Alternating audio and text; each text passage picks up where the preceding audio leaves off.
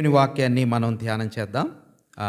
మన ధ్యానానికి సహాయార్థంగా అపోస్తుల కార్యాల గ్రంథం 2వ అధ్యాయం 36, 37 వచనాల మధ్యలో ఉన్నటువంటి సందర్భంలో నుండి కొన్ని సత్యాలు మనం ధ్యానం చేస్తూ వచ్చాం. భక్తుడైనటువంటి పేతురు ఆయన మొదటి ప్రసంగంలో, యెరూషలేము పట్టణంలో చేస్తున్నటువంటి మొదటి ప్రసంగంలో నుండి కొన్ని అంశాలను, కొన్ని సత్యాలను మనం ధ్యానం చేస్తున్నాం. పేతురు భక్తుని యొక్క ప్రసంగం అంతటిని ఒక అంశంగా చెప్పాలి అంటే ఏమని చెప్తున్నాడని చెప్పొచ్చు. భక్తుడైన పేతురు తన ప్రసంగం యొక్క సారాంశాన్ని ఏమని మనం కన్క్లూడ్ చేయొచ్చు, ఏమని మనం సంగ్రహంగా చెప్పొచ్చు. వెరీ గుడ్, వండర్ఫుల్, చాలా అద్భుతంగా చెప్పారు కదా.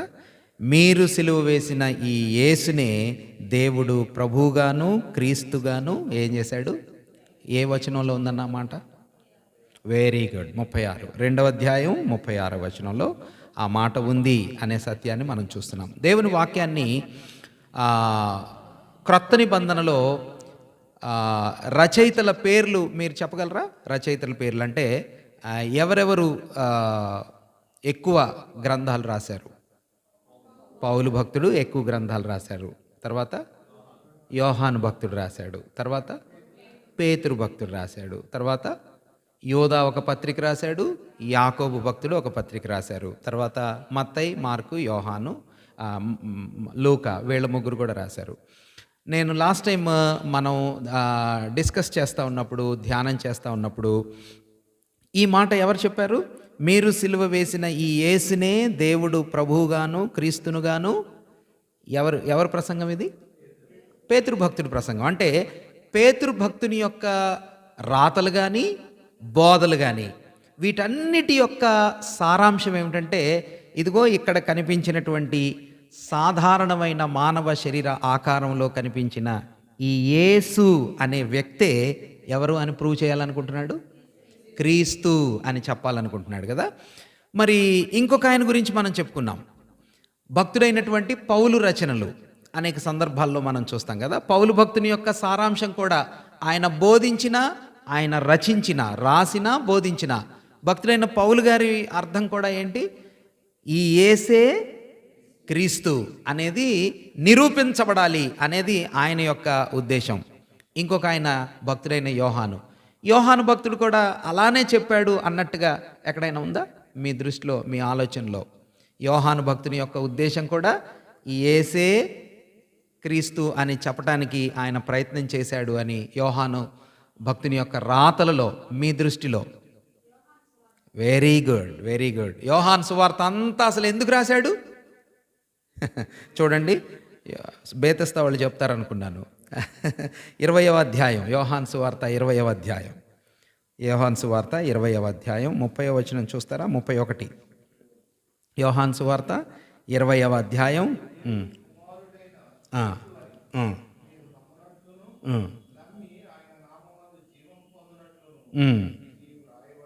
ఏంటిదంటనా?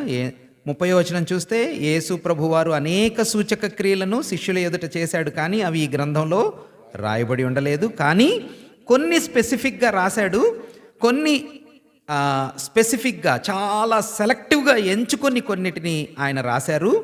ఆ రాసిన వాటి యొక్క ఉద్దేశం, సారాంశాన్ని భక్తుడైన యోహాను ఏమని చెప్తున్నారంటే 31వ వచనంలో, యేసు దేవుని కుమారుడైన క్రీస్తు అని మీరు నమ్మునట్లును, నమ్మి ఆయన నామమందు జీవము పొందినట్లును ఈ మాటలు నేను రాశాను. అంటే థియలాజికల్ సెన్స్లో పాలిన్ రైటింగ్స్ అంటారు. పాలిన్ రైటింగ్స్ అంటే పౌలు భక్తుడి యొక్క రాతలు.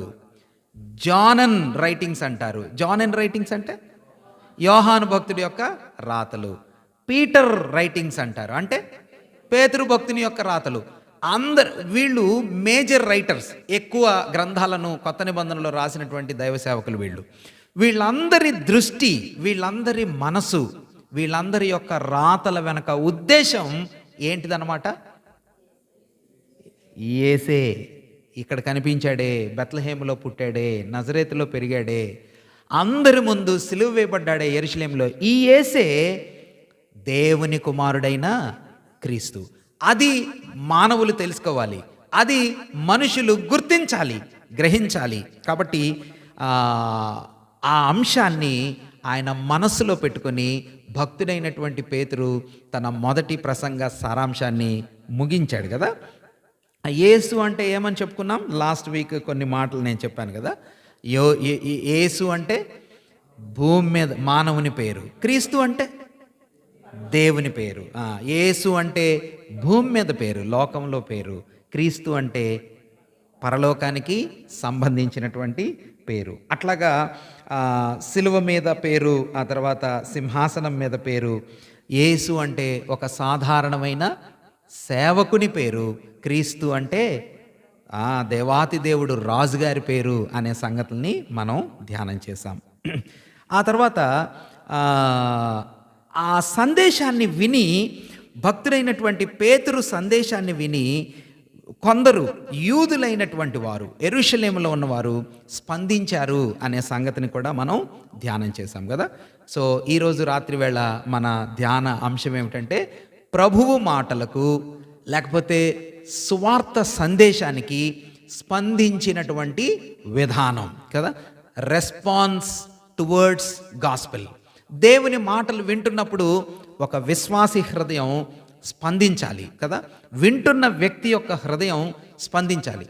ఎలా స్పందిస్తుంది అనే అంశాన్ని గురించి కొన్ని ఉదాహరణలు మనం ధ్యానం చేస్తూ ఉన్నాం. అది మన జీవితంలో కూడా అన్వయించుకోవటానికి అవసరమైన కొన్ని పాఠాలు మనం ధ్యానం చేస్తున్నాం. వాటిలో మొట్టమొదటిదిగా లాస్ట్ వీక్ మనం ఏం గుర్తు చేసుకున్నామంటే, భక్తుడైనటువంటి నోవహు సమయంలో ఆయన సువార్త ప్రకటిస్తూ ఉండగా స్పందించినటువంటి విధానం. దానికి ఒక పేరు పెట్టుకున్నాం కదా, సువార్తకు స్పందించినటువంటి విధానం ఎట్లా ఉందంట? విలువలేని స్పందన అని చెప్పుకున్నాం కదా. ఈరోజు రాత్రి వేళ కూడా ఒకవేళ ప్రభుని ఎరుగని వారు ఎవరైనా ఉంటే, ఈ సంవత్సరాంత దినాల్లో, ఈ ఆఖరి గడియల్లో పడవ మునిగిపోయిద్ది అన్నట్టుగా ఉంది మన ప్రపంచం కదండి. అక్కడేమో లోకం మునిగిపోయిద్ది అని ప్రకటిస్తున్న నోవహు మాటల్ని చాలామంది నిర్లక్ష్యం చేశారు. ఈనేడు ప్రపంచ పరిస్థితిని దేవుని వాక్యం సెలవిస్తుంది కదా, అగ్నితో కాల్చబడటానికి దేవుని చేతిలో ఒక పాత్ర ఉంది. ఆ పాత్ర దేవుని ఉగ్రతతో ఏం చేయబడుతుందంట? నిండుతుంది, నింపబడుతుంది. ఎట్లా అనిపిస్తుందంటే ఇంకా ఎక్కువ దూరం లేదు, ఎక్కువ ఖాళీ లేదు. ఒక గ్లాస్లో నిండిపోవటానికి, ఒక బకెట్ నిండిపోవటానికి ఆఖరి అంచు దగ్గర ఉన్నట్టుగా కదండి ఆ భూప్రపంచపు పరిస్థితి కనిపిస్తూ ఉంది. ప్రకృతి వైపరీత్యాలు కదా, ఆ తర్వాత ప్రపంచంలో జరుగుతున్న మార్పులన్నీ కూడా దేవుని యొక్క కోపాన్ని సూచించేవిగా ఉన్నాయి. ప్రభువుని నమ్మని వారు ఎవరైనా ఉంటే ఆయనకు ప్రతిస్పందించాల్సిన సమయం ఇది అనే సత్యాన్ని మనం జ్ఞాపకం చేసుకున్నాం. విశ్వాసులు స్పందించే విధానాన్ని గురించి మనం కొన్ని ఉదాహరణల్లో రెండవ అంశాన్ని మనం ఊరికినే లాస్ట్లో గుర్తు చేసుకున్నాం. దాన్ని మనం అధ్యయనం చేయలేదు కదా. ఆ అంశం ఏమిటి మీరు చెప్పగలరా? వేగుల వారిని గురించినటువంటి సంగతి. సంఖ్యాకాండ గ్రంథం 14వ అధ్యాయం. సంఖ్యాకాండ గ్రంథం చూద్దాం, చూడండి. సంఖ్యాకాండ గ్రంథం 14వ అధ్యాయం. సంఖ్యాకాండ గ్రంథం 14వ అధ్యాయం 1వ వచనాన్ని మనం చదువుకుందాం. సంఖ్యాకాండం 14:1. అప్పుడు ఆ సర్వ సమాజం ఎలుగెత్తి కేకలు వేసెను. అప్పుడు ఆ సర్వ సమాజము ఎలుగెత్తి కేకలు వేసెను. ప్రజలు ఆ రాత్రి ఎలుగెత్తి ఏడ్చిరి. 3వ వచనం చూడండి అన్న. ఆ సర్వ సమాజము అయ్యో అయ్యో ఐగుప్తులో మేమేలా చావలేదు, ఈ అరణ్యమందు మేమేలా చావలేదు, మేము కత్తివాత పడునట్లు యెహోవా మమ్మను ఈ దేశంలోనికి ఎలా తీసుకొని వచ్చెను. మా భార్యలు మా పిల్లలు కొల్లపోవుదురు, తిరిగి ఐగుప్తునకు వెళ్ళుటకు మాకు మేలు కదా అని వారితో అనిరి. తిరిగి ఐగుప్తునకు వెళ్ళటం మాకు మేలు కదా, మేలు కాదా? ఇది మంచి స్పందనేనంటారా? ఇది మంచి స్పందనేనా? Is it a good reaction or is it a good response? ఇది ఒక మంచి పద్ధత, లేకపోతే ఇది మంచి ప్రతిస్పందన, లేకపోతే చెడ్డ ప్రతిస్పందన? ఎందుకు? మీరు ఆన్సర్స్ కరెక్ట్గా చెప్తారు, బట్ ఆన్సర్ని కొంచెం వివరించాలి ఇప్పుడు. దేవుని యొక్క ఉద్దేశం వేరు, మనుషుల యొక్క ఉద్దేశం వేరు.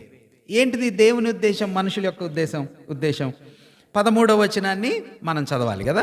సంఖ్యాకాండ గ్రంథం 13వ అధ్యాయాన్ని మనం అదంతా చదవాలన్నమాట. వాళ్ళు అదంతా చదివితే ఏమన్నారు వాళ్ళు? మొదటి వచనం, యెహోవా మోషేకు సెలవిచ్చి, నేను ఇశ్రాయేలీయులకు ఇచ్చుచున్న కానాను దేశంలో సంచరించి నీవు మనుషులను పంపమన్నాడు. వాళ్ళందరూ మనుషులు పోయారు.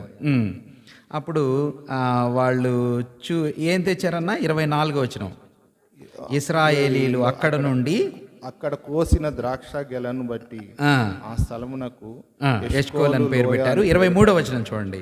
23 వారు ఎష్కోలు లోయలోనికి వచ్చి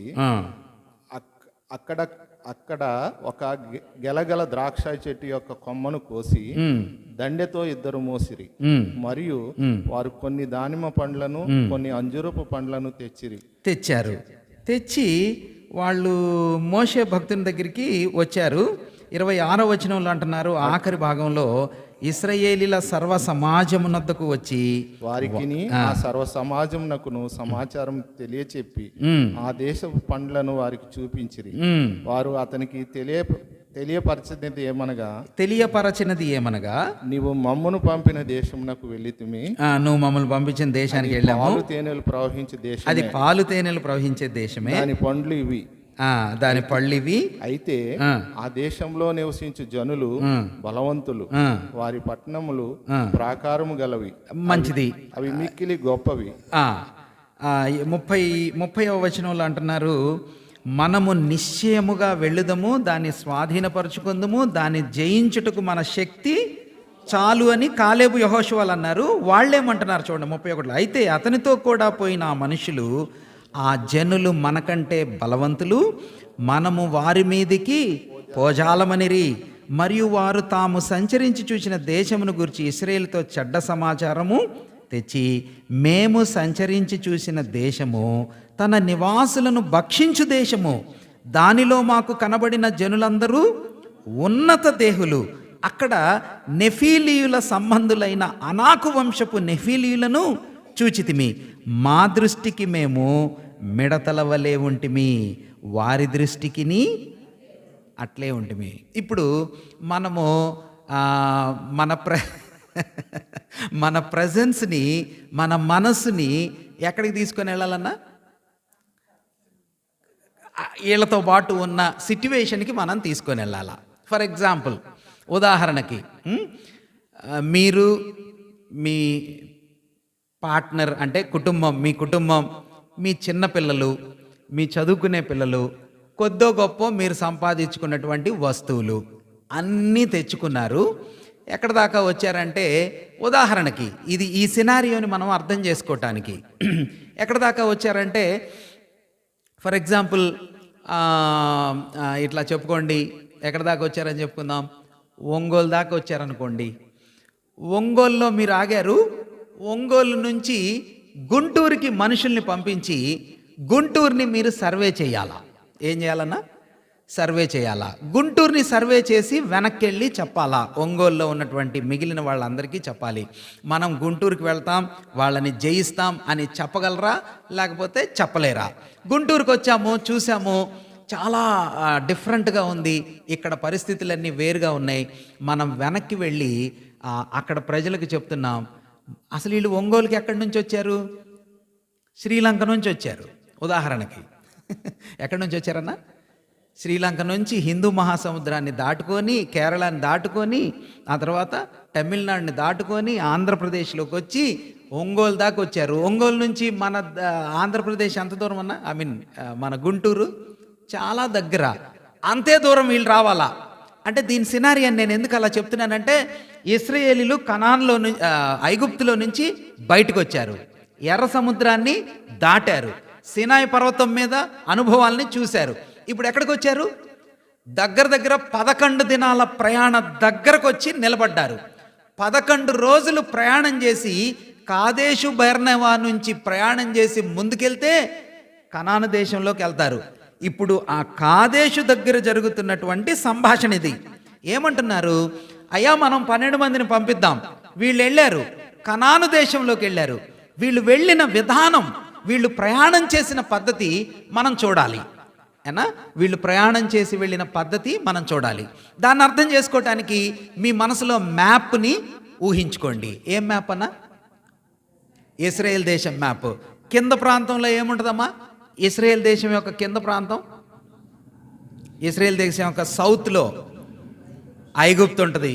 ఐగుప్తుని దాటుకొని అరణ్యంలోకి వచ్చారు. అరణ్యం అంతా దాటుకొని పైకి వచ్చారు. పైకొచ్చి ఇంకా పైనుంచి సీనాయి పర్వతం లేకపోతే సీనాయి అరణ్య ప్రాంతం నుంచి దాటుకొని కొంచెం ముందుకు వచ్చారు. ఆ ముందు నుంచి స్ట్రైట్గా ఎక్కితే జస్ట్ 11 రోజుల్లో కనాన్ దేశంలోకి ఎంటర్ అవుతారు. ఇప్పుడు వీళ్ళు అలా కనాన్ దేశంలోకి ఎంటర్ అయ్యారు. ఎంతమంది ఎంటర్ అయ్యారన్నా? 12 మంది. కింద నుంచి అంటే యోదయ దేశం నుంచి పైన దేశం వరకు, పైన అంటే గలిలయ ప్రాంతం హమాతు వరకు వచ్చారు. హమాత్ అంటే నార్త్, లెబనాన్ దగ్గర ఉంటుంది అనమాట. లెబనాన్ అంటే మీకు అర్థమవుతుంది కదా ఏమ్మా? లెబనాన్ అంటే అర్థమవుతుందా? లెబనాన్ ఎక్కడ ఉంటుంది? ఉత్తరం వైపు ఉంటుందా, దక్షిణం వైపు ఉంటుందా? అది తెలిస్తేనే ఇందులో మీకు మజా అర్థమైద్ది, లేకపోతే అర్థం కాదనమాట. లెబనాన్ అంటే ఉత్తరం వైపు ఉంటుంది. హమాత్ ఎక్కడ ఉంటుందమ్మా? గలిలయ ప్రాంతం పైన ఉంటుంది. ఎక్కడ? ఇప్పుడు గలిలయ ఎక్కడ ఉంటుందో తెలుసుగా మీకు? నార్త్లో ఉంటుంది. ఇప్పుడు గలిలయ పైన హమాతు అనే ప్రాంతం దగ్గరికి వచ్చారు. ఎక్కడి నుంచి వచ్చారు? కింద నుంచి వచ్చారు. కాదేషు అనే స్థలం నుంచి కనానులోకి ఎంటర్ అయ్యి 12 మంది సౌత్ నుంచి యోదయ దేశం నుంచి ప్రయాణం చేసి పైకి వెళ్ళారు. హమాతు దగ్గరికి వెళ్ళారు. హమాతు నుంచి మళ్ళీ తిరిగి వచ్చారు. తిరిగి వస్తూ నార్త్ నుంచి సౌత్కి కిందకు వస్తూ ఎక్కడికి వచ్చారు? ఎష్కోలు అనే లోయ దగ్గరికి వచ్చారు. ఎక్కడికి వచ్చారమ్మా? అంటే నార్త్ సౌత్ నుంచి దేశం అంతా సర్వే చేశారు. పైన దేశాన్ని సర్వే చేసి కిందకి దిగి వస్తూ ఇంకా వాళ్ళు సౌత్లోకి వీళ్ళు దిగున్న స్థలం దగ్గరికి వచ్చే ముందు ఎష్కోలు అనే ప్రాంతం ఉంది. అక్కడ ఒక ద్రాక్ష గెలను కొమ్మను కోసారు. ఎంతమంది మోసుకొచ్చారంట? 2 మోసుకొచ్చారు. మోసుకొచ్చి మోషే దగ్గరికి వచ్చి రిపోర్ట్ చెప్తున్నారు. ఆ బ్యాచ్లో, వాళ్ళు రిపోర్ట్ చెప్తున్న బ్యాచ్లో ఎవరున్నాము? ఊహించుకోండి, మనం కూడా ఉన్నాం. మీ పిల్లలు, మీ హస్బెండ్, లేకపోతే వైఫ్, మీ అమ్మ నాన్న అందరం మనం కూడా ఉన్నాం. ఊహించుకోండి. ఇప్పుడు ఈ 12 మంది వచ్చి చెప్తున్న మాట ఏంటంటే, ఏం చెప్పారన్నా? మేము వెళ్ళి సంచారం చేసిన దేశము మంచి దేశం. ఇది దేవుడు ముందు చెప్పాడా, చెప్పలేదా? వీళ్ళేం కనుక్కున్నారు మరి? ఏనా? వీళ్ళేం కనుక్కున్నారు ఎక్స్ట్రాగా? వీళ్ళేమని చెప్పారన్నా? మంచి దేశం అన్నారు. మళ్ళీ ఏం చెప్పారు? పాలు తేనెలు ప్రవహించే దేశం అన్నారు. అది దేవుడు చెప్పాడా లేదా? అది కూడా దేవుడు చెప్పాడు కదన్నా. వీళ్ళేమన్నా ఎక్స్ట్రా కనిపెట్టారన్నా? ఏం లేదు. వీళ్ళు దేవుడు చెప్పిన మాటలు వీళ్ళు కన్ఫర్మ్ చేసుకున్నారు. ఇది మంచి దేశం, ఎస్ ఇది మంచి దేశం అన్నాడు దేవుడు. ఆ మాట కరెక్టే. ఆ తర్వాత పాలు తేనెలు ప్రవహించే దేశం, అది కూడా నిజమే. అక్కడ ఫలాలు పళ్ళు అద్భుతంగా ఉంటాయి అని దేవుడు ముందే చెప్పాడు. ఫలభరితమైన స్థలం అని చెప్పాడు. అసలు మీకు తిరుగుండదని చెప్పాడు కదా. అవన్నీ దేవుడు చెప్పినాయే. వీళ్ళు స్పెషల్గా ఏం కనుక్కున్నారు మరి? వీళ్ళు స్పెషల్గా కనుక్కున్నది ఏంటంటే, అక్కడ బలవంతులు ఉంటారు. ఎవరంటాళ్ళు? నెఫీలీలు, అనాకీలు, నెఫీలీలు. చాలా చాలా దేహం, బాడీగా అంటే శారీరకంగా చాలా దృఢమైన వాళ్ళు, బలమైన వాళ్ళు. వాళ్ళ ముందు మేము ఎలా కనిపించాం? చిన్న మిడతల్లాగా కనిపించాం అని చెప్పారు.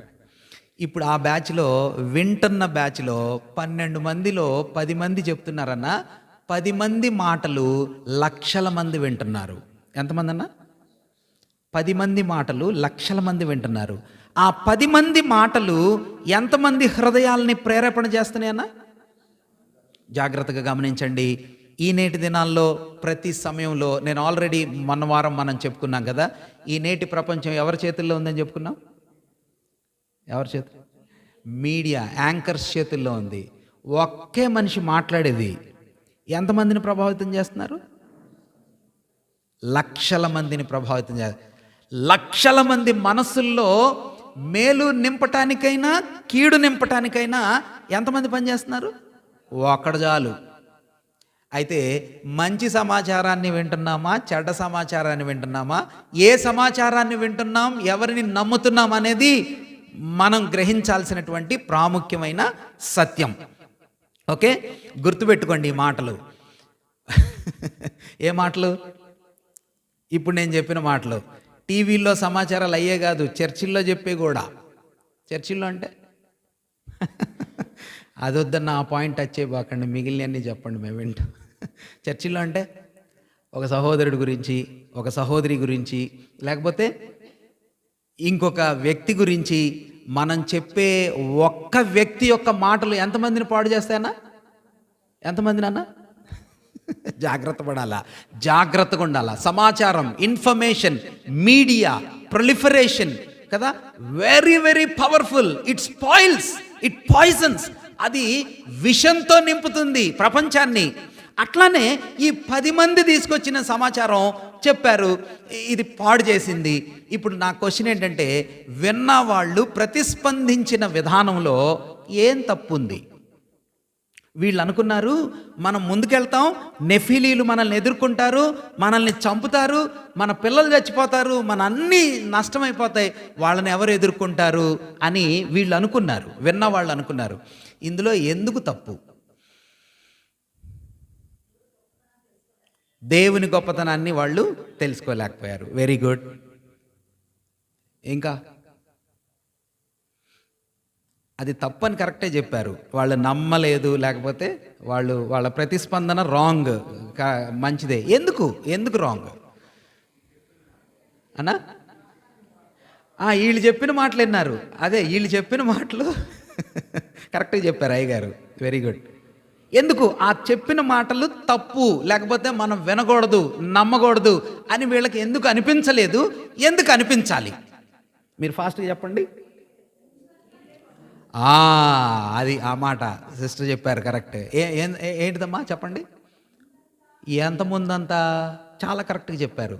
ఇప్పుడు మీరు ఈ మాటలను గమనించాలి. చూడండి అన్న, 13వ అధ్యాయం, సంఖ్యాకాండ గ్రంథం 13వ అధ్యాయం 21వ వచనం, 21, 22 వచనం. కాబట్టి వారు వెళ్ళి, వారు అంటే ఈ వేగులు వారు, స్పైస్ వారు వెళ్ళి సీను అరణ్యం మొదలుకొని. సీను అరణ్యం అంటే ఎక్కడ ఉంటుందన్న?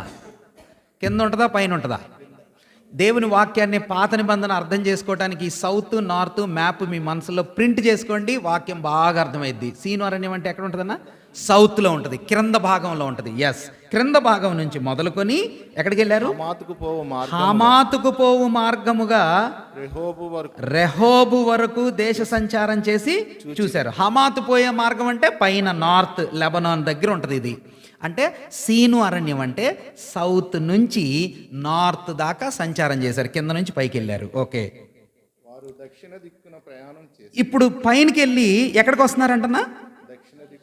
నార్త్ నుంచి ఎక్కడికి వస్తున్నారు వీళ్ళు? కిందకు వస్తున్నారు. దక్షిణ దిక్కున ప్రయాణం చేసి ఈ మాట పట్టుకోండి. ఇప్పుడు హెబ్రోనుకు వచ్చి ఎక్కడికి వచ్చారన్నా? హెబ్రోనుకు వచ్చిరి. అక్కడ అనాకీయులు, అహిమాను, షేషాయి, తల్మాయి అను వారు అనే జాతుల వారు ఉన్నారు. హెబ్రోను ఐగుప్తులోని సోయను కంటే 7 ఏళ్ళు ముందుగా కట్టబడి 7 ఏళ్ళు ముందుగా కట్టబడింది. వారు అక్కడ నుంచి ఎష్కోలుకి వచ్చి ద్రాక్షాగలం తీసుకొని కిందకు వచ్చారు. ఇప్పుడు మీకేమన్నా క్లూ దొరికిందా? ఎక్కడికి వచ్చారన్న వీళ్ళు? ఇప్పుడు వీళ్ళు ప్రయాణం చేసిన రీతి చూడండి. ఇప్పుడు మీరు చెప్పారు కదా, దట్స్ గుడ్. ముందు జరిగిన సంఘటనలు ఆ క్లూ పట్టుకోండి, అది కీ పాయింట్. ఏది? ముందు జరిగిన సంఘటనలు. కింద నుంచి సీను అరణ్యం నుంచి దేశమంతా పైకి వెళ్ళారు. ఎక్కడ దాకా? హమాతు మార్గం దాకా వెళ్ళారు. వెళ్ళి మళ్ళీ కిందకు వస్తున్నారు. కిందకు వచ్చేటప్పుడు సౌత్లో వీళ్ళు దిగి కిందకు వచ్చిన ఎష్కోలుకి దగ్గరగా, హెబ్రోను ఎక్కడికి దగ్గరగా ఉంటుందన్నా?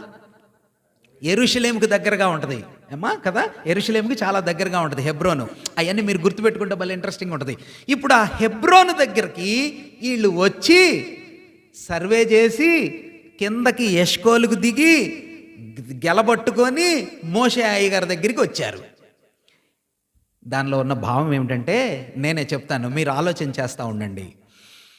హెబ్రోను ఇశ్రాయేలీల జీవిత చరిత్రలో, వాళ్ళ ప్రయాణాల్లో అతి ప్రాముఖ్యమైనటువంటి స్థలం. ఆశ్రయపురాలు అంటే వీళ్ళు స్వాతంత్రం తెచ్చుకొని అక్కడ సెటిల్ అయిన తర్వాత ఆశ్రయపురాలు, కానీ ఇప్పుడు వీళ్ళు ఇంకా పోలా. కానీ వీళ్ళ చరిత్ర మీరు గుర్తుపెట్టుకోవాలి. వీళ్ళ చరిత్ర బ్యాక్వర్డ్ హిస్టరీలో హెబ్రోను.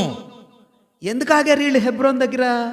ఎందుకు ఆగారో మనం చూద్దాం. చూడండి, ఆదికాండ గ్రంథం 23వ అధ్యాయం. వెరీ గుడ్, ఇప్పుడు పట్టుకున్నారు మీరు పాయింట్. 23వ అధ్యాయం ఆదికాండ గ్రంథం 2వ వచనం. 23వ అధ్యాయం 2వ వచనం. కనాను దేశమందలి హెబ్రోనును అందరిని తీనివరా ప్లీజ్, అందరిని తీనిద్దాం అన్న. ఫస్ట్ నుంచి చదవండి. 23:1. శారా జీవించిన కాలము, శారా భక్తురాలు, తల్లి అయిన శారా భక్తురాలు జీవించిన కాలము అనగా శారా బ్రతికిన ఏండ్లు 127. 120 years బతికారు ఆవిడ. శారా కానాను దేశమందలి భక్తురాలైన శారా కనాను అనే దేశంలో హెబ్రోను అను కిరియత్ అర్బాలో ఏమైందంట? మృతి పొందాను. అయితే అబ్రహాం అంకుల్ గారు 19వ వచనం 23:19 చదవండి అన్న. తెలుసు కదా మీకు, ఆమె చనిపోయింది. అప్పుడు ఆమెను పాతి పెట్టడానికి అబ్రహాం భక్తుడు డిలే చేశాడు, చాలా రోజులు ఏడ్చాడు. అప్పుడు అక్కడ ఉన్నటువంటి హేతు కుమారులకి డబ్బులిచ్చి రోకలు తూచి ఇచ్చి దాన్ని కొనుక్కొని ఆ హేతు కుమారులతో ఎఫ్రోను పొలంలో ఆమెకు ఒక స్థలాన్ని సిద్ధం చేసుకున్నాడు. అక్కడ సారా తల్లి గారిని ఏం చేశాడంట? 19 చదవండి అన్న. ఆ తరువాత అబ్రహాం భక్తుడు కనాన్ దేశంలో హెబ్రోను అను మమ్రే ఎదుట ఉన్న మక్పేలా పొలము గుహలో తన భార్య అయిన శారాను పాతి పెట్టాను. శారా అమ్మగారిని ఏం చేశాడన్న? 25:9 కూడా చదువుదాం. ఆదికాండం 25వ అధ్యాయం 9వ వచనాన్ని మనం చదువుదాం. హిత్తీయుడైన సోహారు కుమారుడగు ఎఫ్రోను పొలమందలి మకెల్పా గుహలో మక్పేలా గుహలో అతని కుమారులకు ఇస్సాకును ఇష్మయేలును అతనిని పాతిపెట్టిరి. అది మమ్రే ఎదుట ఉన్నది. ఎవరిని పాతిపెట్టారు? 7వ వచనం. అబ్రహాము బ్రతికిన సంవత్సరములు 175. 175 years అబ్రహాం అయ్య గారు బతికాడు. అబ్రహాము నిండు వృద్ధాప్యం వచ్చిన వాడే మంచి ముసలితనమున ప్రాణము విడిచి మృతి పొంది తన పితరుల యొద్దకు చేర్చబడ్డా. ఆయన చనిపోయినప్పుడు హిత్తీయుడైన సోహరు కుమారుడకు ఎఫ్రోను పొలమందలి మక్పేలా గుహలో అతని కుమారులు ఆయన్ని పాతిపెట్టారు. ఎవరైన కుమారులు? ఇస్సాకు, ఇష్మయేలు. ఫస్ట్ ఎవరిని పాతి పెట్టారమ్మా? ఆంటీ గారిని పాతి పెట్టారు. ఎవరు ఆవిడ పేరు? శారా తల్లి గారిని పాతి పెట్టారు. కొన్ని సంవత్సరాల తర్వాత ఎవరు చనిపోయారు? అయ్యగారు, పెద్ద తాతగారు అబ్రహాం అయ్య గారు చనిపోయారు. అబ్రహాం అయ్య గారిని కూడా అక్కడే పాతి పెట్టారు. మీరు కానీ చూస్తే 35:27 ఆదికాండ గ్రంథం 35:27 రాహేల్ని కాదు, భక్తుడైనటువంటి ఇస్సాకు, అబ్రహాము కుమారుడైన ఇస్సాకు అన్న. చదవండి. అబ్రహామును ఇస్సాకును పరదేశులై ఉండిన మమ్రేలో యాకోబు వచ్చెను.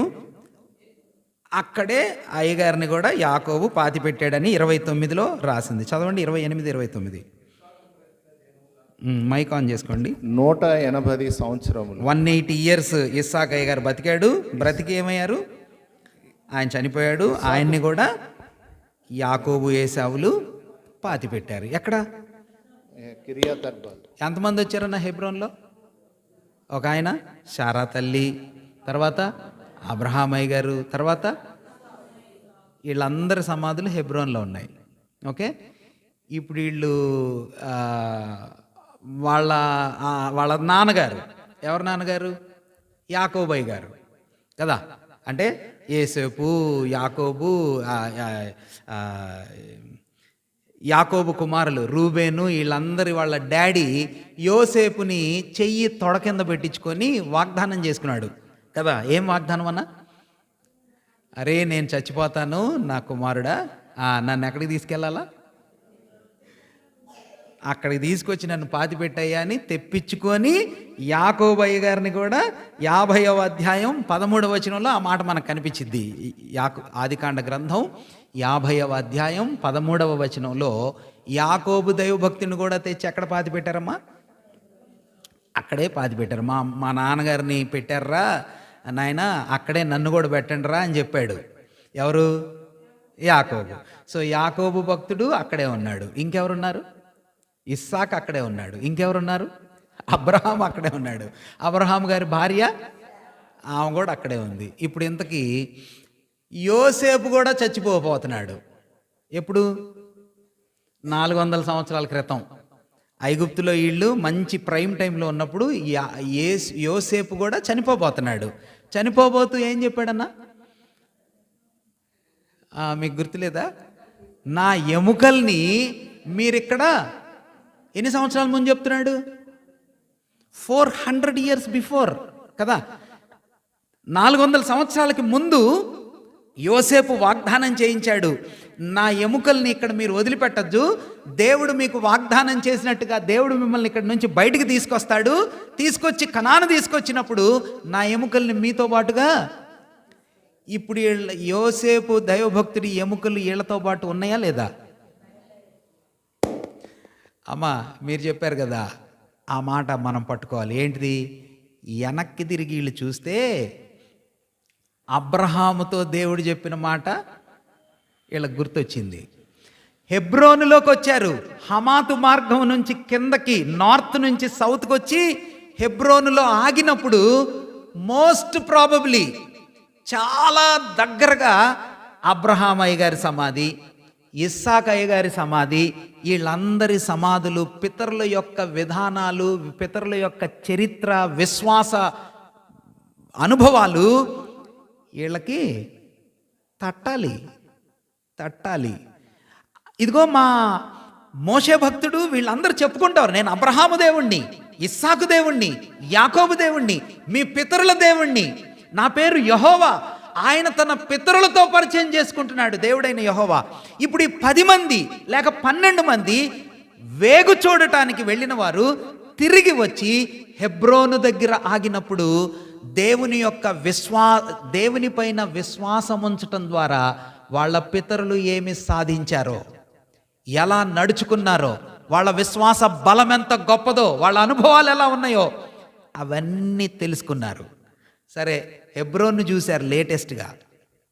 లేటెస్ట్గా కిందకు వచ్చారు. అంతటితో వీళ్ళ విశ్వాసం ఏమవ్వాలా? స్ట్రాంగ్ అవ్వాలి కదా. అరే మా అబ్రహాం అయ్య గారిది సమాధి అక్కడ ఉంది, మా సారా తల్లి గారిది ఉంది, మా పితరులందరూ ఇక్కడ ఉన్నాడు, దేవుడు వాళ్ళకి ఇస్తానని వాగ్దానం చేశాడు. సరే, అది కూడా పెద్దగా వీళ్ళ మనసుల్లో పనిచేయలేదు అనుకోండి. వీళ్ళ మనసుల్లో ఇంకేం పనిచేయాలంటే, మోషే ఎన్ని రోజుల క్రితం అమ్మా ఇది? ఎన్ని రోజుల తర్వాత ఇది ఈ చరిత్ర? వీళ్ళు వెళ్ళటం రావటం, వీళ్ళు ఐగుప్తులో నుంచి రావటం, ఐగుప్తులో నుంచి వచ్చి సీనాయి పర్వతం దగ్గరికి రావటం, ఈ చరిత్ర అంతా ఎన్ని రోజులన్నా? కరెక్ట్, వెరీ గుడ్, 2 సంవత్సరాల చరిత్ర అంతే. బయటకు వచ్చారు, 3వ నెలలో సీనాయి పర్వతం దగ్గర ఆగారు, 3వ నెలలో సీనాయి పర్వతం దగ్గర నుంచి 2వ సంవత్సరానికి మందిరాన్ని లేకపోతే గుడారాన్ని, ప్రత్యక్ష గుడారాన్ని స్థాపించారు. నిర్గమకాండ గ్రంథం 17వ అధ్యాయం, 18వ అధ్యాయం, 19వ అధ్యాయంలో మీకేం కనిపించిందంటే 3వ నెలలో వాళ్ళు వచ్చి సీనాయి పర్వతం దగ్గర ఆగారు అనే మాట మీకు కనిపిస్తుంది. చూడండి, 19వ అధ్యాయం నిర్గమకాండ గ్రంథం 19వ అధ్యాయం ఇశ్రాయేలీయులు ఐగుప్తు దేశం నుండి బయలుదేరిన మూడవ నెలలో వారు బయలుదేరిన నాడే మూడవ నెల ఆరంభ దినమందే వారు సీనాయి అరణ్యమునకు వచ్చిరి. సీనాయి అరణ్యానికి వచ్చారు. ఏ నెలలో అంటన్నా? మూడో నెలలో. అక్కడ ఆ పర్వతం మీద, సీనాయి పర్వతం మీద ప్రభు ప్రత్యక్షమయ్యాడు. 19వ అధ్యాయం అంతా అదే. ఆజ్ఞలు పొందుకున్నారు, అక్కడే నిలబడ్డారు. నిర్గమాకాండ గ్రంథం 40వ అధ్యాయం 17వ వచనం. నిర్గమాకాండ గ్రంథం 40:17. రెండవ సంవత్సరమున మొదటి నెలలో మొదటి నెలలో మొదటి దినమున మందిరము నిలవబెట్టబడింది. నిలవబెట్టారు. అంటే ఎన్ని నెలలన్నా? రెండవ సంవత్సరానికల్లా మందిరం కట్టేశారు. ఎక్కడ కట్టారు మందిరం? సీనాయి పర్వత ప్రాంతం దగ్గరే. అమ్మ మీరు ఫాలో అవుతున్నారా? ఫాలో అవుతున్నారుగా? Very good. ఐగుప్తులో నుంచి వచ్చారు. వచ్చి 3 నెలలకి ఎక్కడ ఆగారు? సీనాయి పర్వతం దగ్గర ఆగారు. సీనాయి పర్వతం మీద భక్తుడైన మోషే పైకి వెళ్ళాడు. 40 రోజులు దైవ ప్రత్యక్షతలు పొందాడు. పలకలను తీసుకొని కిందకు వచ్చాడు. ఆ పలకల్ని పగలగొట్టాడు. మళ్ళీ రెస్టోర్ అయ్యి మళ్ళీ వెళ్ళాడు. మళ్ళీ ఇంకొక 40 రోజులు ఉన్నాడు. మళ్ళీ కిందకు వచ్చిన తర్వాత సెటప్ చేసి, డ్యూటీస్ వేసి, ఆ వస్తువులన్నీ సమకూర్చి 2వ సంవత్సరం కల్లా ఆ గుడారాన్ని సిద్ధం చేశాడు. ఎక్కడ? Very good. అది ఆ చరిత్ర అంతా అదనమాట. అంటే 19వ అధ్యాయం నిర్గమకాండ గ్రంథం నుంచి, నిర్గమకాండ గ్రంథం యొక్క ఆఖరి అధ్యాయం వరకు 3వ నెల నుంచి 2వ సంవత్సరం ఆఖరి భాగం వరకు జరిగిన చరిత్ర అని మనం గుర్తుపెట్టుకోవాలి. ఇప్పుడు మనం తెలుసుకోవాల్సింది ఏంటంటే, వీళ్ళు 2 సంవత్సరాల వ్యవధిలో ఈ 10 మంది కూడా ఐగుప్తులో జరిగిన అద్భుతాలు 2 సంవత్సరాలే, ఇంకా పాతకాల 2 years హిస్టరీ బ్యాక్వర్డ్. ఐగుప్తులో నుంచి బయటికి రావటం, వీళ్ళు ఏం తీసుకొని బయటకు వచ్చారు, ఏం చేసి ఐగుప్తులో నుంచి బయటకు వచ్చారు, ఏ ఆయుధాలని తీసుకొని ఐగుప్తుల నుంచి బయటకు వచ్చారు? వీళ్ళ చేతుల్లో ఏం ఆయుధాలు లేవు కదా. ఎర్ర సముద్రం పాయలవ్వాలా? ఏది? ఐగుప్తుల నుంచి బయటకు వచ్చి ఎర్ర సముద్రాన్ని దాటి రావటానికి వీళ్ళ చేతుల్లో ఏమీ లేవు. ఎలాగ బయటకు వచ్చారన్నా ఎర్ర సముద్రంలో నుంచి? ఊరక నిలుచుండి చూడుడి అని చెప్తే మోషే కర్ర చూపిస్తే బయటకు వచ్చారు. ఎన్ని సంవత్సరాల క్రితం? ఇదంతా చరిత్ర 2 సంవత్సరాల లోపే. 10 తెగుళ్ళు, ఎర్ర సముద్రం పాయలవటం, మరి తిరిగి ఈ పర్వతం వైపు చూశారు వీళ్ళు. ఈ పర్వతం మీద చూస్తే దేవుడైన యెహోవా మానవ స్వరంతో, ఆయన సాక్షాత్తు మాట్లాడటాన్ని వాళ్ళు విన్నారు. ద్వితీయోపదేశకాండ గ్రంథంలో మీరు చదవండి. దేవుడు మానవులతో ఇలాగా డైరెక్ట్గా మాట్లాడినటువంటి అనుభవం ఇంకెక్కడైనా ఉందా, ఇంకే జనమునకైనా ఉందా అని దేవుడు ప్రశ్నించడాన్ని మనం చూస్తాం ద్వితీయోపదేశకాండ గ్రంథంలో. అయితే ఇవన్నీ వీళ్ళు చూసి పితరులకు చెప్పిన మాటలు విన్నారు, ఐగుప్తులో జరిగినవి చూశారు, పితరుల సమాధులు చూశారు. చూసి చూసి చూసి విని అనుభవించి, అసలు ఇంకా చెప్పాలంటే మాకు ఆకలేస్తుంది అని వీళ్ళు చెప్పగానే ఏం మొదలైందమ్మా? మన్నా పడతా ఉంది రోజు, మన్నా పడతా ఉంది రోజు. వీళ్ళకి మన్నా తింటున్నారు కదా. నీళ్లు లేవంటే దేవుడు నీళ్ళు ఇచ్చాడు. ఎన్ని అద్భుతాలన్నా! 2 సంవత్సరాల అనుభవంలో దేవుడు ఎన్ని గొప్ప అనుభవాలతో వీళ్ళ మనసులను, వీళ్ళ జీవితాలను నింపాడంటే మనం చెప్పటానికి సాధ్యం కాదు. ఇన్ని అనుభవాలను చూసి, ఇన్ని అద్భుతాలను చూసి, ఇంత గొప్ప చరిత్ర, ఆత్మ సంబంధమైన చరిత్ర, విశ్వాస వీరుల యొక్క చరిత్ర, కుటుంబాలను వీళ్ళు కలిగి ఉండి కూడా వీళ్ళు ఏమన్నారు తెలుసా? మా పిల్లలు చచ్చిపోతారు, మా దేవుడు మాకేం చేస్తాడో. అసలు దేవుడు అనే మాట వీళ్ళ నోట లేదు, వాళ్ళ ఆలోచనలో లేదు. దేవుడు చేస్తాడు, దేవుడు చూస్తాడు, దేవుడు మనకి విజయం ఇస్తాడు అని అనుకోవట్లే వీళ్ళు అంటున్నారు మా దృష్టికి, వాళ్ళ దృష్టికి. ప్రియమైన దేవుని పిల్లరా, క్రైస్తవ కుటుంబాల్లో మీరు, నేను, మనము ఈ స్థాయిలో ఉండటానికి ఈ రీతిగా దీవించబడటానికి ఎన్ని సంవత్సరాల చరిత్ర? ఎన్ని సంవత్సరాల చరిత్రమ్మా? మీరు ఇలా దీవించబడటానికి, మీరు ఇలాగా మనం ఇలా ఉండటానికి ఎన్ని సంవత్సరాల వెనక నుంచి దేవుడు మనల్ని దీవిస్తూ వచ్చాడు అని మీరు చెప్పగలరు? అది కూడా తప్ప ఆన్సర్ అనుకుంటున్నాను నేను. 2000ఏనా?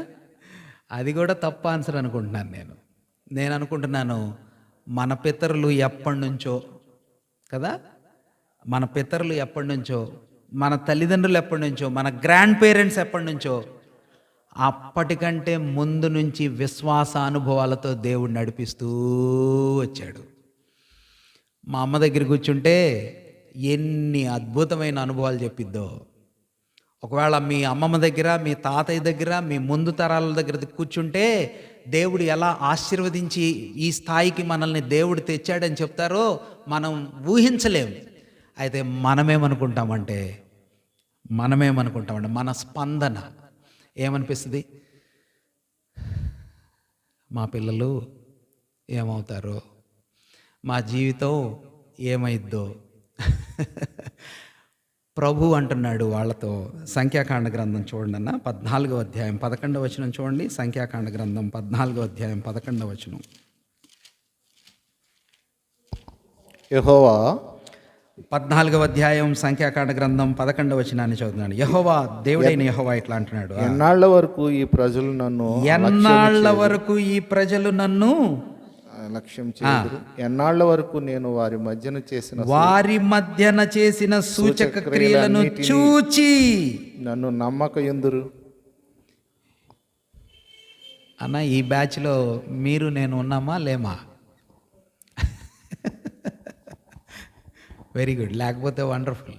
కానీ నేను అనుకుంటున్నాను, ఈ సంవత్సరం ఆఖరిలో ఉన్నాం కదా, ఎన్నిసార్లు ప్రభు మీద అపనమ్మకం కదండి, ఎన్నిసార్లు ప్రభు మీద ఏంటి జీవితం అనే విసుగు, ఎన్నిసార్లు ఈ జీవితం మీద హోప్లెస్గా ఉన్నాము అని ప్రభు మీద వ్యసనపడిన అనుభవాలు. What is our response to faithfulness of God? దేవుని యొక్క మంచితనానికి, దేవుని యొక్క నమ్మకత్వానికి, దేవుడు చూపించే మేలులకి విశ్వాసులంగా కొన్ని సందర్భాల్లో ప్రతిస్పందించే విధానం ఎట్లా ఉంటుందంటే, మేము వెనక్కి వెళ్ళిపోతే బాగుండు. ఇశ్రాయేలీలు అంటున్నారు, మేము వెనక్కి వెళ్ళిపోతే బాగుండు, ఐగుప్తుకి ఒక నాయకుడిని చేసుకుందాం, మనం వెనక్కి వెళ్ళిపోదాం. మన పిల్లలు చచ్చిపోతారు, మనకి దారి లేదు, మన భవిష్యత్తు లేదు, మనకేమైద్దో తెలీదు. కాలేబు, యెహోషువలు అంటున్నారు, దేవుడు మనతో ఉంటే మనం ఖచ్చితంగా ఆ మనుషుల నీడ వారి మీద నుంచి తొలగిపోయిద్ది. ఒక చిన్న బాలుడు చూడండి, మన చుట్టుపక్కల చూస్తే భయం వేసిద్ది, అపనమ్మకం కలిగిద్ది. ఈ ప్రతిస్పందనకి నేను ఇట్లా రాశాను, విశ్వాసం లేని స్పందన కదండి. ఒకటి విలువ లేని స్పందన, రెండోది విశ్వాసం లేని స్పందన. ఒక చిన్న బాలుడికి సైన్యంలో అలవాటు లేదు, ఆయుధాలు తెలీదు, యుద్ధం అంటే రాదు. ఒక చిన్న బాలుడిని యుద్ధం అట్లా చూపించాడు దేవుడు. అనగానే 6 మూళ్ళ జానెడు. యాక్చువల్గా దీన్ని మనం అర్థం చేసుకోలేము. ఎందుకు అర్థం చేసుకోలేమంటే, మనం అలాంటి ఫైటింగ్స్, మనం అలాంటి యుద్ధాలు మనకు తెలియదు కాబట్టి కదా. పాత రోజుల్లో ఎలా ఉండేదంటే, ఒక నాయకుడు అటు నుంచి ఫైటింగ్ చేస్తాడు, ఇంకొక నాయకుడు ఇటు నుంచి ఫైటింగ్ చేస్తాడు. వాళ్ళ దగ్గర ఆయుధాలు, వెపన్స్, మిజైల్స్, ఆటం బాంబ్స్ ఏమి ఉండవు. వాళ్ళ శక్తి కదా, భుజబలంతో ఎవడు గెలిస్తే వాడే విన్నర్, వాడి క్రింద అందరూ లోబడాలా. 6 మూళ్ళ జానెడు మనిషి ఎత్తుగా ఉన్నాడట, రాగి శిరస్థానం పెట్టుకున్నాడంట. అతని యొక్క బల్లెము ఎట్లా ఉందంటన్నా, నేతగాని దోనంత. అంటే ఒక నేత, మరి అది ఎట్లా ఉంటుందో దాని భాష విధానాలు వెనక పెట్టుకున్నాడంట. ఆ బల్లెం యొక్క సూది మొన ఇట్లా రాసింది. వాడి ముందు ఒకడు డాలు పట్టుకొని నడుస్తాడంట. ఎవరాయన పేరు? 6 మూళ్ళ జానెడు గొల్యాతు నిలబడి వదురుతా ఉంటే సౌలు ఎలా ఉంటాడన్నా? సౌలు, భక్తుడైన సౌలు. అందరి మధ్యలో నిలబడితే మరి నాకు అనిపిస్తుంది మా కిషోర్ అన్న కూడా పనికిరారేమో కదా. అందరి భుజాలకి ఎత్తుగా కనిపిస్తాడు. అందరి భుజాల దగ్గర నుంచి ఆయన తల పైకి కనిపిస్తాడు. అందరి మధ్యలో నిలబడితే అంత హైట్ ఉంటాడు భక్తుడైన సౌలు, రాజైన సౌలు. యుద్ధం తెలుసు కదండి, పరాక్రమవంతుడు, ఫిలిస్తీన్ని జయించాడు, ఎంత పట్టుదల గలవాడు. బెదిరిపోయి వెనక్కుంటే ఒక చిన్న బాలుడు ఏమన్నాడు? యుద్ధము యెహోవాదే. నేను ఇందాకే మళ్ళీ చదివాను, అది ఈరోజంతా చదివాను. ఆ చిన్న బాలుడి మనసులో ఆయన హైట్ కనిపించలా, ఆయన వెయిట్ కనిపించలా, ఆయన ఆయుధాలు కనిపించలా. ఆ చిన్న బాలుడైన దావీదు దైవభక్తుడు ఏమన్నాడు తెలుసా? నిన్ను సున్నతి లేని ఫిలిస్తీయుడైన నిన్ను ఆకాశ పక్షులకేస్తానన్నాడు. అసలు నీతో యుద్ధం చేయనన్నాడు గొల్యాతు. ఏమని చెప్పాలి ఈ రెస్పాన్స్? ఏమని చెప్పాలి ఈ ప్రతిస్పందన? విశ్వాస సహితమైన ప్రతిస్పందనతో దావీదు ముందుకెళ్ళి పరుగులు పెట్టుకుంటూ వెళ్ళాడు. పరుగులు పెట్టుకుంటూ వెళ్ళి ఏమేశాడంటనా? ఒక్క రాయి విసిరాడట. ఒక్క రాయి విసిరాడు. ఒకవేళ ఆ రాయి తగలకపోతే ఏమైండేది? ఏనా మనందరం బాగా ఆ చిన్నప్పటి నుంచి దావీదు గొల్యాతు చరిత్ర సండే స్కూల్లో ఇని తగిలింది, గొల్యాతు పడిపోయాడు. ఒకవేళ గొల్యాతుకు తగల్లా, గొల్యాతు ముందుకు వస్తున్నాడు, ఏమైందన్నా? మనబోటోడైతే పారిపోతాడు. దావీదు అనుకున్నాడు ఆ రాయి తగిలిద్దో తగులుతుందో తెలియదు కానీ 5 రాళ్ళు పెట్టుకున్నాడు. ఫస్ట్ రాయి తగిలిద్దని దావీదుకి తెలీదు. దావీదు భయపడలా. గొల్యాతుని మరి చేత్తో పట్టుకుందామని వెళ్తున్నాడా చెప్పండి? లేకపోతే గొల్యాతు కత్తి లాక్కోవాలని వెళ్తున్నాడా? ఎక్కడి నుంచి వచ్చింది ఆ ధైర్యం? ఎక్కడి నుంచి వచ్చింది ఆ బలం?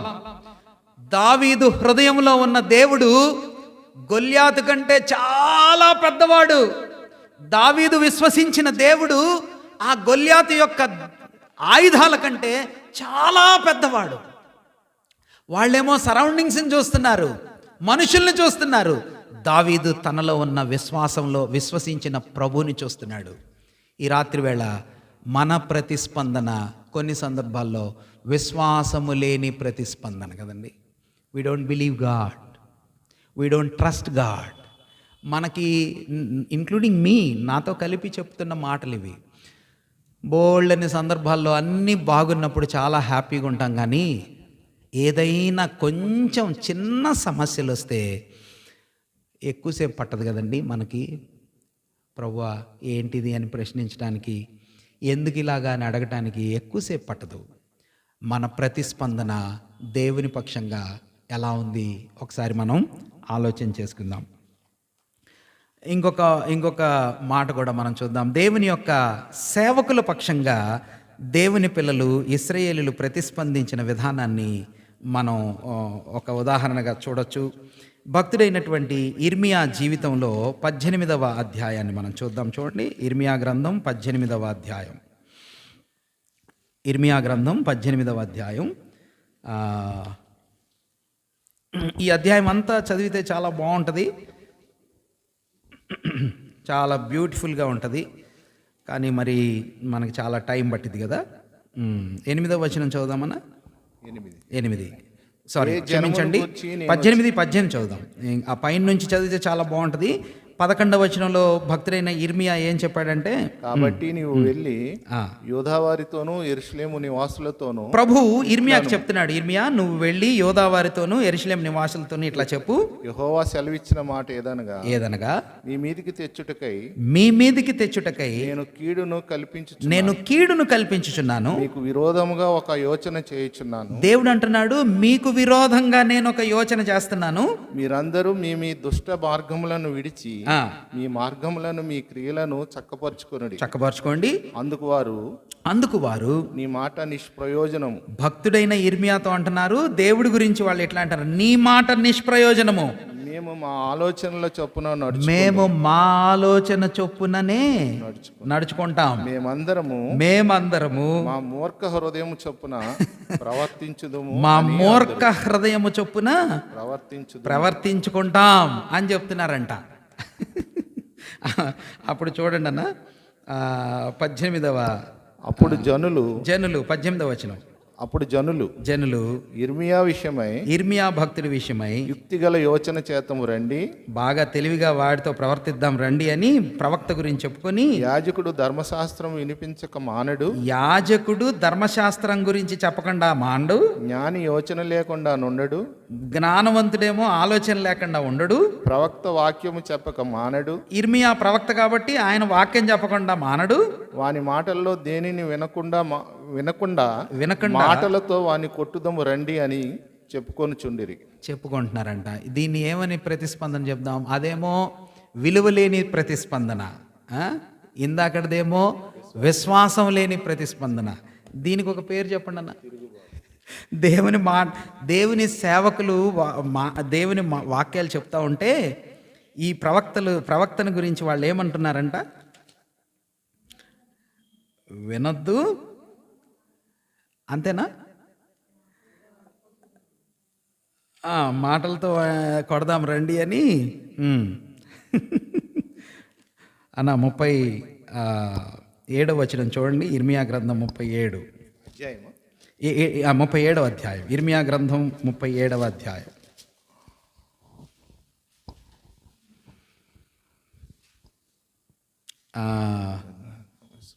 2వ వచనం చదువుతారా?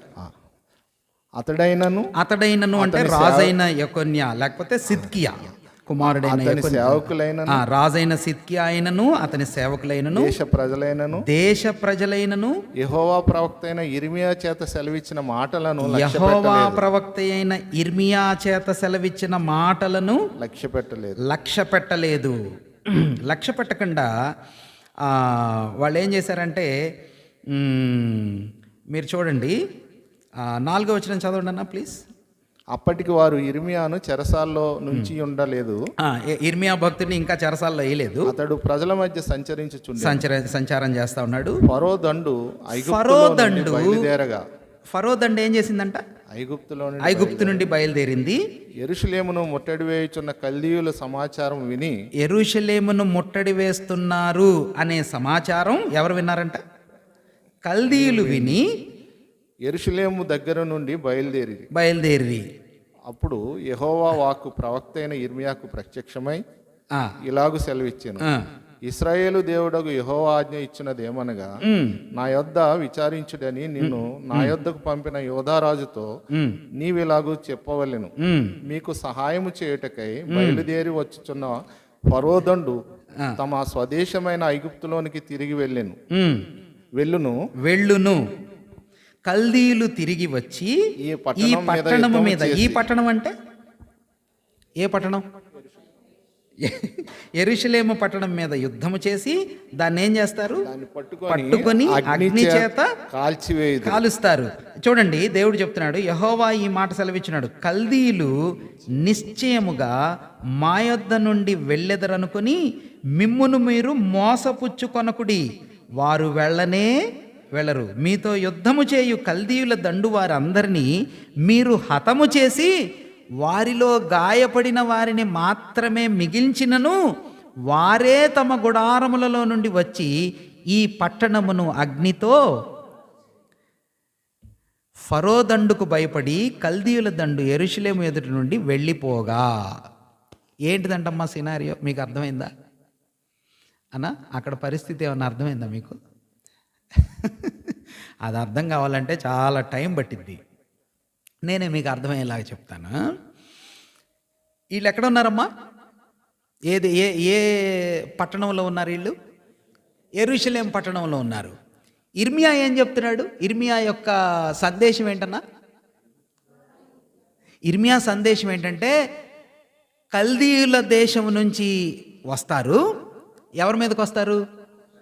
యెరూషలేం మీదకి వస్తారు. కల్దీయుల రాజైన నెబుకద్నెజర్ అనేవాడు వస్తాడు, యెరూషలేంని అటాక్ చేస్తాడు. యెరూషలేంని ఏం చేస్తాడు?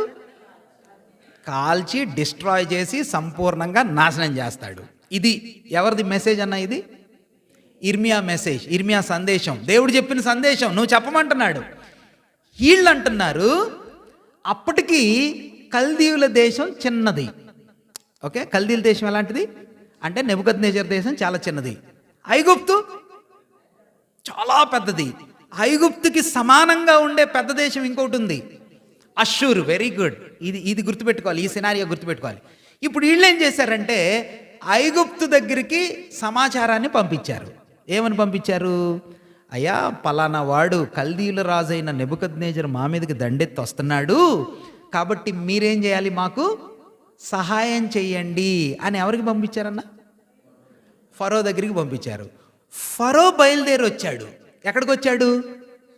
యెరూషలేం మీదకి వచ్చాడు. యెరూషలేంలో హెల్ప్ చేయటానికి వచ్చాడు.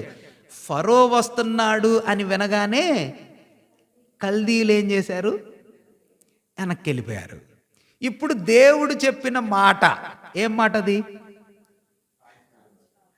భక్తుడైన ఇర్మియా చెప్పాడు కదా, ఐగుప్తు దేశం క్షమించండి, కల్దీయుల రాజు అయినటువంటి నెబుకద్నెజరు, కల్దీయులు మీ మీదకి వచ్చి మిమ్మల్ని చంపేస్తారు, మిమ్మల్ని ఆక్యుపై చేస్తారు, మిమ్మల్ని శిక్షిస్తారని ఇర్మియా చెప్తా ఉన్నాడు కదా. ఇప్పుడు ఇర్మియా చెప్పిన మాట ఏమైంది? ఫెయిల్ అయింది. ఎందుకు? ఎగ్జాక్ట్లీ అది. ఫరో సైన్యం ముందుకు వచ్చేటప్పటికి ఫరో పెద్ద సైన్యం, పెద్ద దేశం, ఫరో యొక్క బలం గొప్పది. ఫరో వస్తున్నాడని చెప్పేటప్పటికే కల్దీలు ఏమైపోయారన్నా? భయపడి పారిపోయారు, వెళ్ళిపోయారు వెనక్కి. ఇప్పుడు మళ్ళీ చెప్తున్నాడు ఇర్మియా. ఏమని చెప్తున్నాడన్నా? మీరు కల్దీల్ని పారిపోయారని అనుకుంటున్నారేమో, కల్దీలు పారిపోయినా మళ్ళీ వస్తారు. మీరు ఐగుప్తోళ్ళు నమ్ముకుందాం అనుకుంటున్నారు కదా, ఐగుప్తోళ్ళు మిమ్మల్ని రక్షించరు అని ఇంకొక మాట జత చేశాడు. అక్కడ చెప్పిన మాట మీరు గమనించారో లేదో, మీరు గాయం చేసి మీరు తరిమేసిన కల్దీలు కొద్దిమంది అయినా వాళ్ళు, చూడండి ఆ మాట, 10వ వచనం 37:10, మీతో యుద్ధము చేయు కల్దీయుల దండు వారిని మీరు హతము చేసి వారిలో గాయపడిన వారిని మాత్రమే మిగిలించిన వాళ్లే తమ గుడారాల్లో నుంచి వచ్చి ఈ పట్టణాన్ని. ఇది సందేశం. ఇప్పుడు ఈ సందేశానికి వీళ్ళ ప్రతిస్పందన ఎట్లా ఉంది? ఎట్లా ఉందన్నా?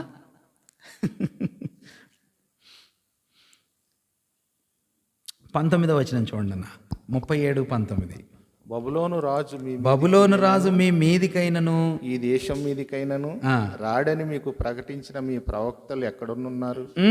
రాజా, నా ఏలినవాడా, చిత్తగించి వినుము, చిత్తగించి నా మనవి ఈ సన్నిధికి రానిము. నేను అక్కడ చనిపోకుండునట్లు లేఖికుడైన యోనాతాను ఇంటికి నన్ను మరలా పంపకుము. కాబట్టి రాజైన సిద్కియా సెలవీయగా బంటులు బందీగృహశాలలో ఇర్మియాని బందీగృహశాలలో బంధించి అక్కడ వేశారట. 38వ అధ్యాయం 4వ వచనం యొక్క ఆఖరి భాగాన్ని మనం చదువుదాం. 38వ అధ్యాయం యొక్క ఆఖరి భాగం. ఈ మనుష్యుడు అంటే ఇర్మియా వైపు చూపించి రాజు దగ్గర కంప్లైంట్ చేస్తున్నారు. ఈ మనుష్యుడు ఈ ప్రజలకు నష్టము కోరువాడే గాని క్షేమము కోరువాడు కాడు. ఇతడు ఇట్టి సమాచారము వారికి ప్రకటన చేయుట వలన ఈ పట్టణములో నిలిచియున్న యోధుల చేతులను, ప్రజలందరి చేతులను ఏం చేస్తున్నాడు? బలహీనం చేస్తున్నాడు. కాబట్టి చిత్తగించి వానికి ఏం చేయాలంట? అమ్మ, దేవుని సేవకులకి, దేవుని మాటలు వివరించే వాళ్ళకి, దేవుని యొక్క సందేశాలను హెచ్చరికలుగా చెప్పేటటువంటి ప్రవక్తల పక్షంగా ఇశ్రాయేలీల యొక్క ప్రతిస్పందన ఎట్లా ఉందంట? ఎట్లా ఉందని నేను రాశాను. విరోధించే స్పందన అనమాట. విరోధించేటంటే it is to trouble them. దేవుని సేవకులు దేవుని మాటలు ప్రకటించటానికి, హెచ్చరించటానికి, బాగు చేయటానికి, దేవుని యొక్క సాధనాలుగా వాళ్ళు పనిచేస్తున్నప్పుడు మన ప్రతిస్పందన కొన్ని సందర్భాల్లో ఎట్లా ఉంటుందంట? ఈడిట్లా చెప్తున్నాడా? ఇర్మియాని ఏం చేశారు తెలుసా? అక్కడ అన్న మీరు ఇంటికి వెళ్ళిన తర్వాత చదవండి, ఒక బురదలో ఆయన్ని వదిలేశారు. అప్పుడు ఇర్మియా అడుగుతాడు, అయ్యా నేనేం తప్పు చేశానని మీరు నన్ను ఇక్కడ వేస్తున్నారు?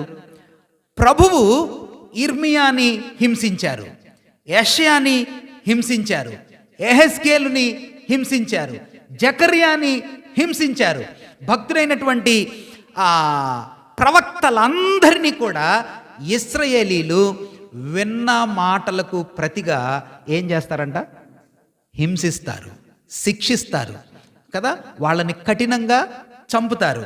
ప్రభువు ఆ మాటల్ని దృష్టిలో పెట్టుకొని 23వ అధ్యాయం మత్తయి సువార్తలో ప్రభు ఒక మాట పలికాడు. చూద్దామన్నా, 23వ అధ్యాయం మత్తయి సువార్త 23వ అధ్యాయం. శాస్త్రులను పరిచయుల్ని ప్రభు ఉద్దేశించి మాట్లాడుతూ 32వ వచనాన్ని మనం చూద్దాం.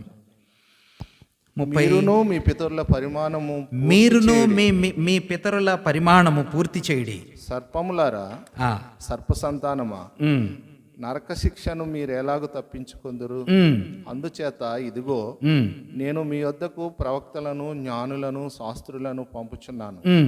మీరు వారిలో కొందరిని చంపి సిలువ వేయుదురు, కొందరిని మీ సమాజ మందిరములలో కొరడాలతో కొట్టి పట్టణము నుండి పట్టణమునకు తరుముదురు. నీతిమంతుడైన హేబేలు రక్తం మొదలుకొని బలిపీఠమునకును దేవాలయమునకు మధ్య మీరు చంపిన బరాకియా కుమారుడకు జకర్యా రక్తము వరకు భూమి మీద చిందింపబడిన నీతిమంతుల రక్తం అంతయు మీ మీదికి వచ్చును. యెరూషలేము పట్టణాన్ని గురించి ప్రభు అంటున్నాడు 37వ వచనం. యెరూషలేమా ప్రవక్తలను చంపుచును నీ యొద్దకు పంపబడిన వారిని రాళ్లతో కొట్టుచును ఉండుదానా.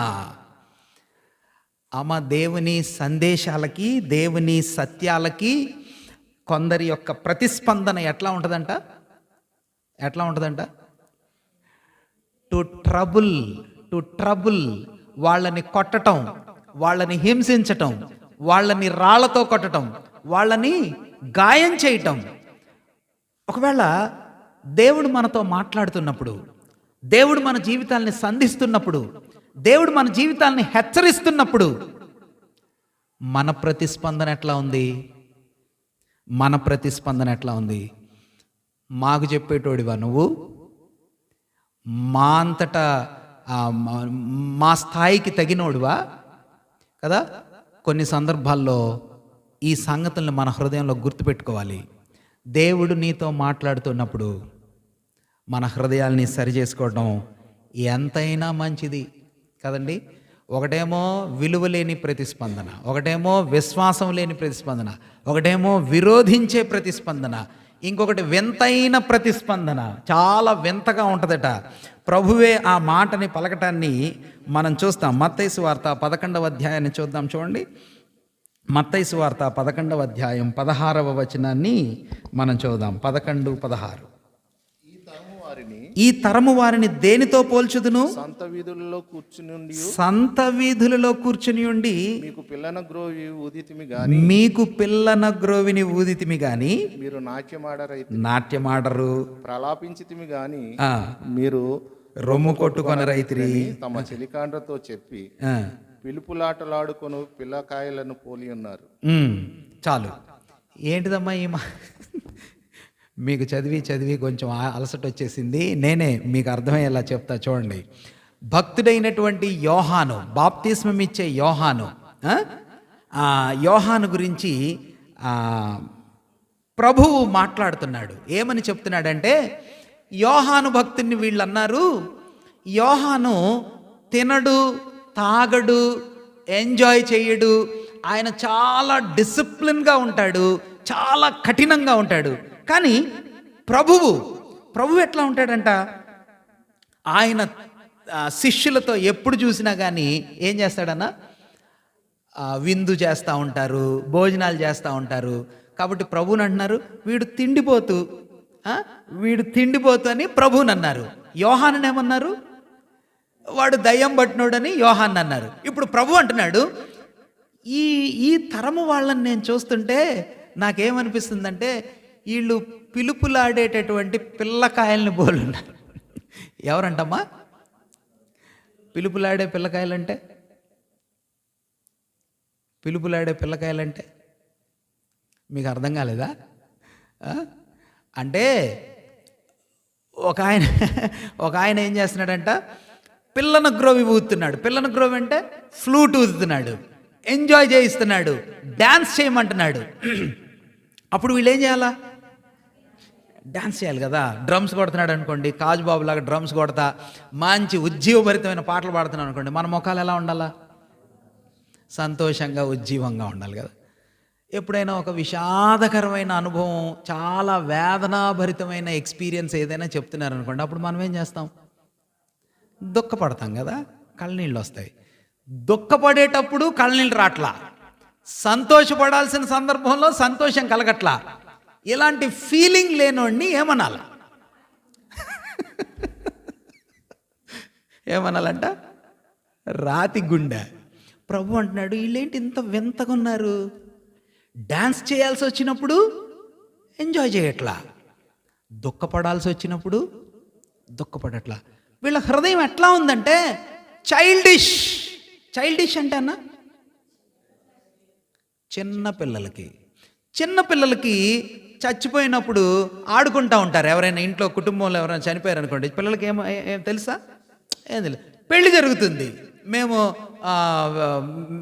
నేను ఫోర్స్ నుంచి బయటకు వచ్చేటప్పుడు ఇండియా గేట్, ఆ తర్వాత తాజ్మహల్, ఇవన్నీ మేము తిరుగుతూ ఉంటే మా కాజుబాబు చాలా చిన్నోడు, 3 సంవత్సరాలు అనుకుంటాను. ఇండియా గేట్ దగ్గర అంత అద్భుతంగా ఎంజాయ్ చేస్తూ ఉంటే వాడికి ఎలక్ట్రికల్ కార్ కనిపించింది. ఇంకా మా ప్రాణం తీశాడు.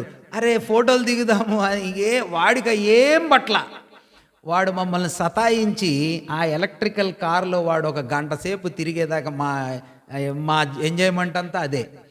చార్లీ జాన్ గారి సంఘానికి వెళ్ళాం. ఆ పెద్ద సంఘం, మంచి సంఘం.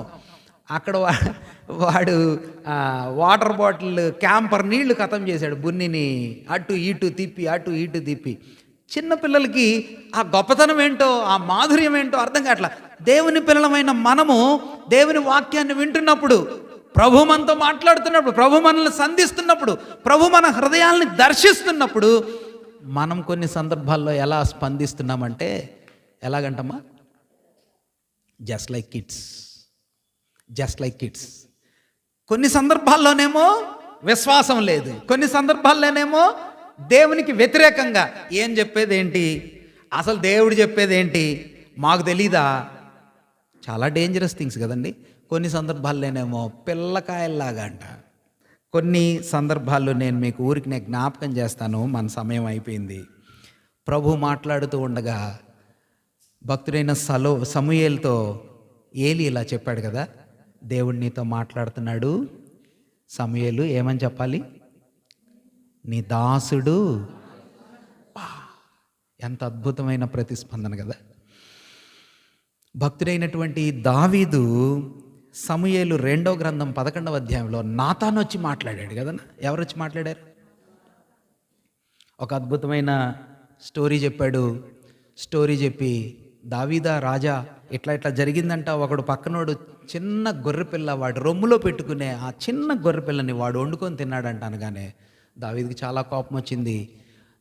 నాతాను ఏమన్నాడమ్మా? ఆ మనుషుడివి. సాధారణంగా మీరైతే దావీదు ప్లేస్లో ఏమంటారన్నా? అన్నా మీరయ్యి ఉంటే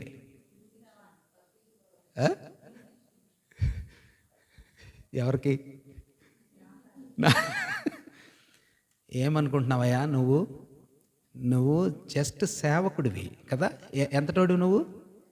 you are just a servant, సేవకుడు అంతే. ఎవరిని చూపించి మాట్లాడుతున్నావు నువ్వు? నా వైపు చూపించి నేను తప్పు చేశానని నన్ను పాయింట్అవుట్ చేస్తావా? ఇర్మియాని జైల్లో వేశారు. నాతాన్ని చంపటానికి, నాతాన్ని గద్దించడానికి దావీదుకి ఒక్క నిమిషం పట్టదండి. ఒక్క నిమిషం పట్టదు. దావీదు ఏమన్నాడు తెలుసా? ఏమన్నాడు? ఒక మాట చదువుతారా? సమయం అయిపోయిందిలేండి. సమూయేలు గ్రంథం 2వ గ్రంథం 11వ అధ్యాయం 12 చదవండి అన్న ప్లీజ్. 12వ అధ్యాయం 13వ వచనం. 12వ అధ్యాయం 13వ వచనం. సమూయేలు 2వ గ్రంథం 12వ అధ్యాయం 13వ వచనం. నేను పాపం చేసితినని దావీదు దావీదు ఏమన్నాడమ్మా? సంవత్సరం ఆఖరిలోకి వచ్చాం. ఎప్పుడైనా చెప్పారా ఈ మాట? ఎవరికి? దేవునికి. ప్రభువా, ఐ డిడ్ సిన్. రీసెంట్గా మేమందరం అక్కడికి వెళ్ళాం. ఏమనుకోకండి, కొంచెం సేపు చెప్తున్నాను. అందరి దగ్గర వాళ్ళం కదా. మేము ఉత్తరప్రదేశ్, నార్త్లో సేవ చేస్తూ ఉన్నాం. మేమందరం కలిసి కూర్చున్నాం. అందరూ మేము వెళ్ళిన వాళ్ళందరూ కలిసి మాట్లాడుతూ ఉండగా మాతో ఉన్నటువంటి సహోదరులు ఒక పెద్ద ఆయన అన్నారు, మీరు ఒక్కొక్కళ్ళు ఏమేమి నేర్చుకున్నారు ఈ ట్రిప్లో, ఈ సేవలో, ఈ సందర్భంలో ఒక్కొక్కళ్ళు ఏమేమి నేర్చుకున్నారు? What are your takeaways? మీరేం మేలు పొందారో చెప్పమన్నాడు. అందరం చెప్తా ఉన్నాం. నేను ఆఖరిలో నన్ను చెప్పమన్నాడు. నేను చెప్పాను మనం స్టేజ్ మీద మంచిగానే చేశాం, కానీ స్టేజ్ వెనక, అంటే స్టేజ్ మీద ఇప్పుడు మనందరం బాగానే ఉంటాం. స్టేజ్ వెనక ఇక్కడ కూర్చున్నప్పుడు మన ప్రవర్తన, మన విధానం, మన పరిచర్య మనం సరిగా చేయలేదన్నాను. అనగానే మా టీంలో అందరికంటే పెద్ద ఆయన ఏమన్నాడు తెలుసా? I'm sorry for it. Mobile చూడటం, బయటికి వెళ్ళటం, ప్రభు పరిచర్యలో మనం ప్రక్కకి కాన్సన్ట్రేషన్గా లేకపోవటం, ఇవి మనం ఆఫ్ ద స్టేజ్ మినిస్ట్రీ అంటారు. ఆఫ్ ద స్టేజ్ మినిస్ట్రీ అంటే ఏంటన్నా? స్టేజ్కి క్రింద చేసే సేవ. స్టేజ్ పైన బ్రహ్మాండంగా ఉంటాం, స్టేజ్ మీద ఇక్కడ నిలబడ్డప్పుడు మేము బ్రహ్మాండంగా ఉంటాం. మీరు కూడా ఉంటారు. మీకు వాక్యం చెప్పమన్నారు అనుకోండి, మీరు సండే స్కూల్ చెప్పమన్నారు, మీరు యూత్ మీటింగ్ తీసుకుంటారు, మీరు స్త్రీల మీటింగ్లో మాట్లాడుకుంటారు, యూ విల్ డూ వండర్ఫుల్. మీరు మైక్ ఇచ్చారనుకోండి, మీ చేతికి మైక్ ఇచ్చారనుకో, మీరు అద్భుతంగా ఉంటుంది. నాకంటే బాగా చేస్తారు, మీకంటే నేను బాగా చేస్తాను. మైక్ మన చేతుల్లో లేదు. అక్కడ కూర్చోవాలి, కింద కూర్చోవాలి, చెప్పుల దగ్గర ఉండాలి. అప్పుడేం చేస్తాం? ఆయన అన్నాడు, ఫస్ట్ మ్యాన్ టు రెస్పాండ్. ఈ సెడ్, ఐఎమ్ సారీ స్పర్జీ. నేను షాక్ అయ్యాను. సంతోషాన్ని అన్నాడు, అందరం ఉన్నాం. ఇంకొక సహోదరు అన్నాడు, అన్న నేను కూడా కరెక్ట్ కాదన్నా. No problem. Do we ever feel that? మీ హృదయాల్లో, మీ మనసుల్లో, నా మనసులో ఎప్పుడైనా ప్రభు పిల్లలంగా నేను ఈ పని, ఈ మాట, ఈ విధంగా చెయ్యకూడదు, చేసి ఉండాల్సింది, నేను ఈ తప్పు చేశాను, ఎప్పుడైనా అనిపించిందా? మన ప్రతిస్పందన ఎలా ఉంది? దావీదు, సమూయేలు, ఎలీషా, యెహోషువ, నెహెమ్యా, ఎస్తేరు, కొరింథీలు, తెస్సలోనికైలు, భక్తులైన పౌలు, నపుంసకుడు, కొర్నేలి, ఫిలిప్పీలు, ఎఫెసీలు, ఏథెన్సు పట్టణస్థులు, వీళ్ళందరూ ప్రభు మాటలు విని దేవుని వైపు తిరిగారు. ఈ సంవత్సరం దేవుని వైపు తిరుగుదామా? వాళ్ళ హృదయాలు పొడవబడి, వాళ్ళ జీవితాలు గుచ్చబడి ప్రభు వైపు తిరిగి అన్నారంట, సహోదరులారా, మేమేమి చేయవలెను? మన విశ్వాసంలో ఎంత గొప్ప వాళ్ళమో ఎప్పుడు తెలుస్తుందో తెలుసా? మన విశ్వాసంలో ఎంత గొప్ప వాళ్ళమో ఎప్పుడు తెలుస్తుందంటే, మన హృదయంలో ఎంత ఎత్తైన పశ్చాత్తాపం ఉంటుందో అప్పుడే అంత గొప్ప వాళ్ళంగా మనం దేవుని దృష్టిలో ఎంచబడతాం. ప్రభు మాటలకు మన ప్రతిస్పందన ఎలా ఉంది పరీక్ష చేసుకుందాం. ప్రార్థన